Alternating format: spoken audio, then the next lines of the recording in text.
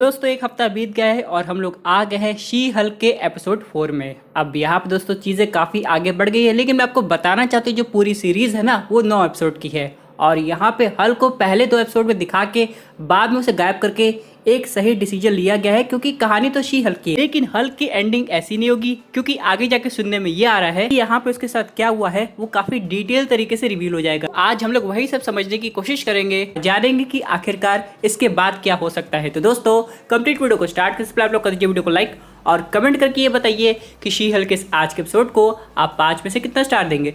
साथ ही साथ जो लोग मेरे चैनल पर नए हैं, मेरे चैनल को सब्सक्राइब करके हमारी कॉमिक बुक टॉक्स फैमिली का हिस्सा बन जाइए। तो दोस्तों हम लोग शुरुआत करते हैं बिल्कुल नई अपडेट से। अब यहाँ पे दोस्तों शो की शुरुआत होती है एक कासल नुमा बिल्डिंग से, जहाँ पे हम लोग देखते हैं कैरेक्टर को जो कि ऑडियंस को जादू दिखा रहा है। हालांकि वहाँ पे हम लोग को ज्यादा भीड़ नहीं दिखाई देती है, लेकिन फिर भी वो काफी मेहनत कर रहा है और देखने से लग रहा है वो बिल्कुल नौसिखिया है और नाम है उसका डॉनी ब्लेज। वैसे मुझे जॉनी ब्लेज भी याद आ गया जो कि घोस्ट राइडर है। इन सब के बाद दोस्तों वो अचानक यहाँ पे पोर्टल ओपन करके एक लड़की को गलती से वोंग के घर गिरा देता है कि नेपाल में एक टीवी सीरीज के मजे उठा रहा था, और यहाँ पे वो लड़की गिर के काफ़ी नशे की हालत में रहती है। इन सब के बाद दोस्तों यहाँ पे आगे जाके हम लोग को ये भी पता चलता है कि जो डॉनी ब्लेज है वो यहाँ पे पहले वोंग से बहुत कुछ सीख रहा था, लेकिन उसकी हरकतों की वजह से वोंग ने उसे बाहर निकाल दिया। लेकिन तब भी उसके पास कुछ इक्विपमेंट्स थे जिससे वो जादू कर सकता था और पोर्टल ओपन करके इंटर डायमेंशन ट्रैवल भी करवा सकता था लोगों को, जो कि काफ़ी खतरनाक है।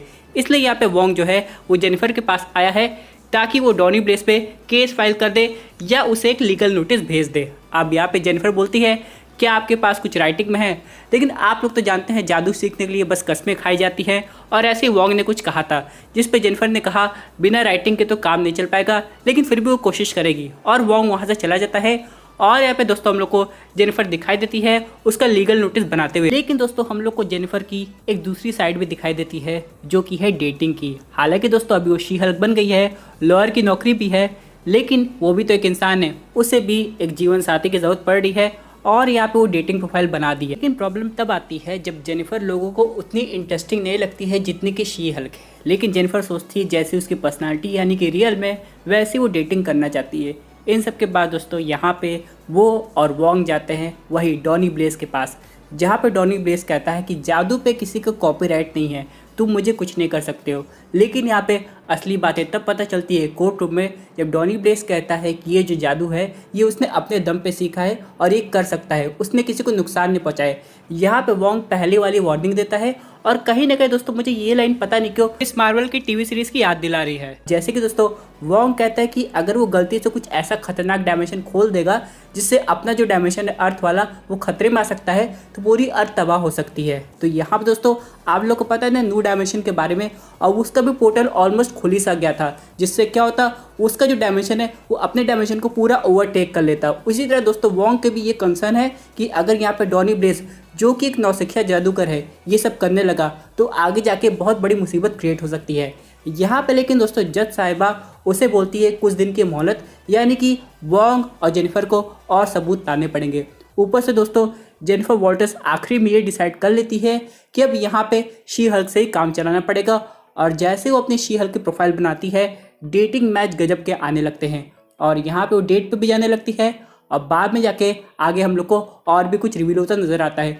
लेकिन एक चीज़ हम लोग समझ सकते हैं आगे जाके ऐसे हम लोग को और भी मैजिशियन दिखाई देंगे इस एपिसोड में जो कि ये सब काम करके गलती से इंटर डायमेंशन खोल सकते हैं। और एक चीज़ तो कंफर्म हो गई है कि डॉक्टर स्ट्रेंज का अभी कुछ भी पता नहीं चला है कि आखिरकार वो कहाँ है। हालांकि यहाँ पे वोंग ने कुछ रेफरेंसेस दिए हैं हम लोग को, लेकिन फिर भी यहाँ पे ये सब कंफर्म हो गया कि मल्टीवर्स ऑफ मैडनेस के इवेंट्स के बाद से वो अभी भी क्लिया के साथ ही होंगे और उनका आना अभी तक हम लोग को तय नहीं दिखाई दे रहा है। मे भी हो सकता है एवेंजर्स कैंग डायनेस्टी के बाद वो हम लोग को क्लिया के साथ किसी डार्क डायमेंशन में दिखाई दे। लेकिन दोस्तों वही दूसरी तरफ हम लोग देखते हैं कि यहाँ पे शी हल्क डेट पे है और उसकी बात बन रही है और वही डॉनी ब्लेज अपना एक मैजिक शो कर रहा है, जहाँ पे शो में ऑडियंस को कुछ खास मजा नहीं आ रहा है। और तभी अचानक उसने एक गलती कर दी, वो यहाँ पे कोई इंटर डायमेंशनल क्रिएचर ले आया। अब हालांकि जब हम लोग ने पहली बार टीजर ट्रेलर देखा था तो जो क्रिएचर्स है वो बिल्कुल शैंग-ची वाले क्रिएचर जैसे लग रहे थे जो लोगों की आत्मा को निकाल के कंज्यूम कर लेते हैं।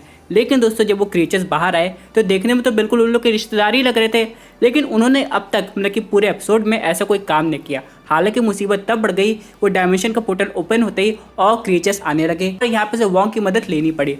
और बाद में दोस्तों यहाँ पे शी हल्क अपनी डेट को एंजॉय करी थी, लेकिन बीच में वोंग इंटरप्ट करते हुए उसे बुला लेता है।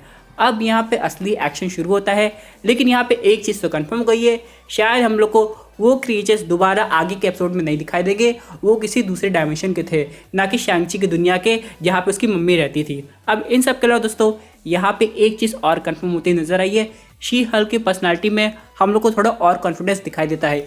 वही बात करें अगर हम लोग जेनिफर वॉल्टर्स की, जब वो नॉर्मल हो जाती है तो थोड़ी शाय बिहेव करती है। अब जैसे कि आप लोग ने सीन में देखा होगा और आपको समझ में भी आ गया होगा, और जब सुबह हुई थी वो जो बंदा है वो वापस से जेनिफर को उसके असली रूप में देखा तो वहाँ से चला जाता है।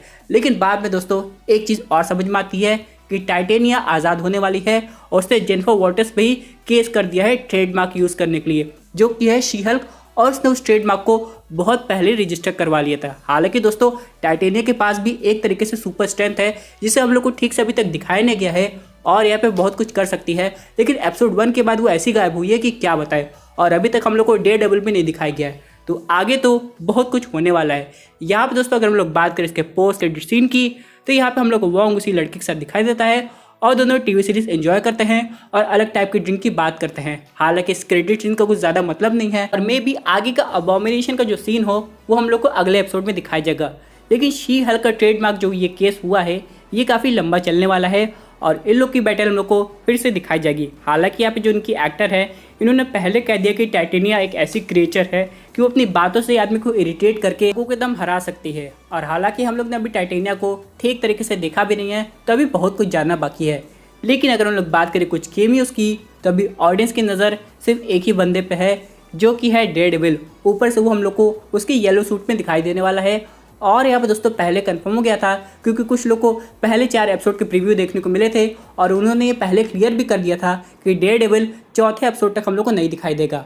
लेकिन मुझे तो नहीं लगता जो ये एपिसोड है वो एक तरीके से फैन फेवरेट है, जैसे कि कहा गया था, क्योंकि यहाँ पे भले शी हल्क हम लोग को एक्शन करते हुए दिखाई दी, लेकिन फिर भी ऐसा कुछ वाव फैक्टर लगा नहीं है। ऊपर से दोस्तों अबॉमिनेशन के एक्टर ने यहाँ पे कंफर्म कर दिया है कि आगे जाके उसकी मुलाकात मार्क रफेलो के हल्क से होने वाली है। लेकिन मुझे ये बात समझ में नहीं आ रही है कि अभी तो करंटली हल्क साकार पे है, तो क्या वो आखिरी एपिसोड में आएगा या फिर अबॉमिनेशन ही वहाँ चला जाएगा, कुछ कह नहीं सकते दोस्तों, क्योंकि इस एपिसोड में अबॉमिनेशन के बारे में भी ज़्यादा कुछ रिवील नहीं हुआ है। लेकिन हाँ वो आज़ाद है और बहुत कुछ कर सकता है, और खासकर जो बीते दिनों से बात चल रही है कि वो अपनी थंडरबोल्ट्स की टीम बनाएगा या फिर टीम को ज्वाइन करेगा, जिससे लीड शायद येलेना करेगी जो कि ब्लैक विडो की बहन है।